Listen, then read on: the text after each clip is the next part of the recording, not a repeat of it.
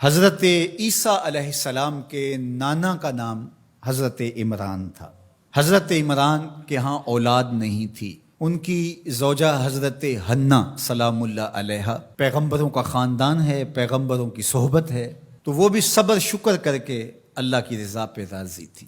گھر کے صحن کے اندر دوپہر کے وقت چارپائی بچھائے ایک درخت کے نیچے قیلولہ کرنے لگی تو ایک منظر دیکھا کہ درخت پر ایک چڑیا نے گھونسلہ ڈالا ہوا تھا اور اس نے بچے دیے ہوئے تھے۔ وہ کہیں سے اڑ کے جا کے دانہ اٹھا کے لاتی اور بچہ چونچ کھولتا اور ماں اس کی چونچ میں دانہ ڈال دی۔ چڑیا کے بچے کے ساتھ چڑیا کی محبت کو دیکھا تو حضرت حنہ کا دل چوٹ کھا گیا اور بارگاہ عزدی میں عرض کی، مالک تو نے جانوروں کو بھی بچے دیے ہیں اور وہ ان سے پیار کر رہے ہیں، تیرے دربار میں کیا کمی ہے اگر تو مجھے اولاد عطا کر دے۔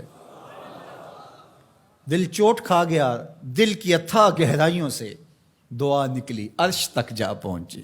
اللہ نے حضرت حنہ کو کرم نوازیوں سے مالا مال کر دیا۔ حضرت حنہ نے کہا، اے اللہ جو میرے بطن میں ہے میں تیرے گھر کے لیے اس کو وقف کرتی ہوں۔ جب ولادت کے لمحے آئے تو حضرت حنہ زوجہ عمران نے بیٹی کو جنم دیا تو پریشان ہو گئیں کہ مالک یہ تو بیٹی ہے، میں نے تو اس کو مسجد اقصیٰ کے لیے وقف کیا ہے اور وہاں سارے مرد ہیں، ایک لڑکی جب جوان ہوگی تو اس کو وہاں کیسے چھوڑ سکوں گی، منت میری کیسے پوری ہوگی۔ بہت پریشان ہوئی منت کی تکمیل کا سوچ کے کہ مالک یہ تو بیٹی ہے۔ آواز آئی، پریشان ہونے کی ضرورت نہیں حنہ، جو تو نے بیٹی جنم دی ہے ایسے تو بیٹے بھی نہیں ہوتے۔ اس بیٹی کا نام کیا رکھا گیا؟ مریم سلام اللہ علیہا۔ بیٹی جوان ہو گئی تو منت یاد آئی کہ اب اس کو بیت المقدس میں ہم نے وقف کرنا ہے۔ پریشانی ہوئی کہ اب 300 حجرے ہیں جن میں مرد ہی مرد ہیں، ایک تنہا عورت کیسے وہاں رہے گی؟ تو یہ سوچا کہ کوئی بوڑھا بزرگ ہو جس کی کفالت میں ان کو دیا جائے تو وہ ان کی دیکھ بھال کرے، ضروریات کو پورا کرے۔ تو بہت سارے لوگ اس سعادت کے لیے تیار ہو گئے۔ پھر قرعہ ڈالا گیا، قرعہ فال نکلا حضرت زکریا علیہ السلام کے نام۔ اللہ کے جلیل القدر پیغمبر اور رشتے میں خالو بھی لگتے تھے، کہا یہ سعادت میرے ذمہ رہی، اور چونکہ ان کے ہاں بھی اولاد نہیں تھی انہیں کہا ٹھیک ہے ہم اسے بیٹی بنا کے اس کا خیال رکھیں گے۔ حضرت زکریا علیہ السلام نے ایک حجرہ مختص کیا حضرت مریم کے لیے اور ان کی ضروریات کو پورا کرتے، کھانا دیتے۔ جب کہیں جانا ہوتا تو حجرے کو باہر سے تالا لگا کے چلے جاتے، افطار کے وقت یا رات کو گئے ہیں تو سحری کے وقت پھر آ جاتے۔ ایک دن حضرت زکریا علیہ السلام تالا لگا کے کہیں گئے کام، واپس آتے ہوئے دیر ہو گئی اور افطار کے لمحے گزر گئے، بہت پریشان ہوئے تو خیر سامان لے کے تیزی سے پہنچے اور آ کے دروازہ کھولا، وجد عندہا رزقا، تو دیکھا بے موسم پھل پڑے ہوئے ہیں۔ حیرت تو یہ تھی کہ پھل ہیں، دروازہ مقفل ہے، باہر سے کوئی اندر نہیں جا سکتا، اندر سے کوئی باہر نہیں آ سکتا، پھل کیسے آئے؟ پہلی حیرت تو یہ، پھر پھل بھی بے موسم ہے۔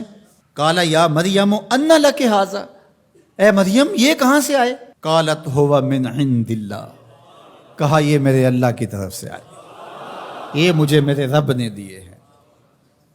ان اللہ یرزق من یشاء بغیر حساب، وہ جس کو چاہتا ہے بغیر حساب کے عطا کرتا ہے، اس کے لیے کوئی مشکل نہیں ہے۔ جو ماں کے پیٹ میں بچے کو رزق دیتا ہے، انڈے میں چوزے کو رزق دیتا ہے، وہ حجرہ مریم میں مریم کو رزق نہیں دے سکتا؟ اب حضرت زکریا علیہ السلام کا ذکر آپ نے سنا کہ ان کے ہاں اولاد نہیں تھی، اور عمر کتنی ہو گئی تھی؟ 120 سال، اور آپ کی زوجہ کی عمر 100 سال ہوگی، تو اب تو امید بھی ختم ہو گئی اولاد کی۔ لیکن جب بے موسم پھل دیکھے نا تو اندر چھپی ہوئی امید کی موہوم سی جو چنگاری تھی وہ بھڑک اٹھی، اور حضرت زکریا نے ہاتھ پھیلا لیے، ہنالک دعا زکریا رب، مالک جب تو مریم کو بے موسم پھل دے سکتا ہے، میرے شجر عمر پر اولاد کے آنے کا موسم بیت گیا ہے، لیکن مالک کیا تو مجھے بے موسمی اولاد نہیں دے سکتا؟ حضرت زکریہ وہیں کھڑے ہو کے دعا مانگنے لگے. معلوم ہوا جہاں رحمتیں اترتی دکھائی دیں وہاں دعا مانگی جاتی.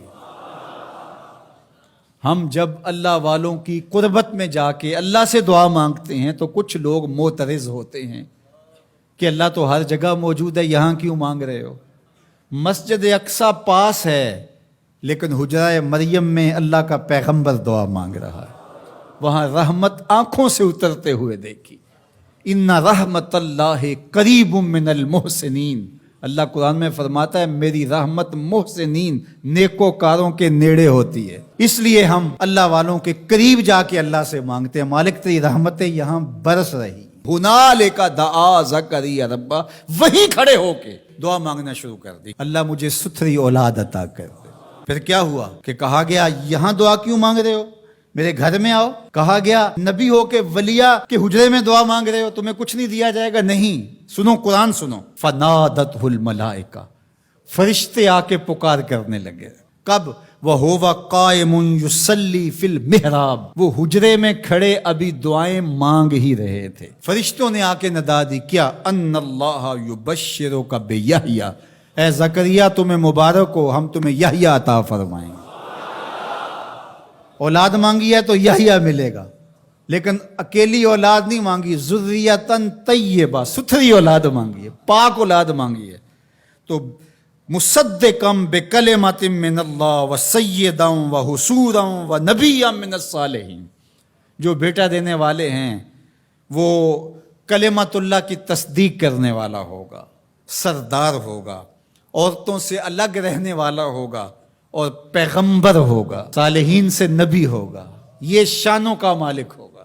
فوراً دعا قبول ہو گئی. یہ ہے کرامت سیدہ مریم کے حجرے میں بے موسم پھلوں کا ملنا اور وہاں دعاؤں کا قبول ہونا.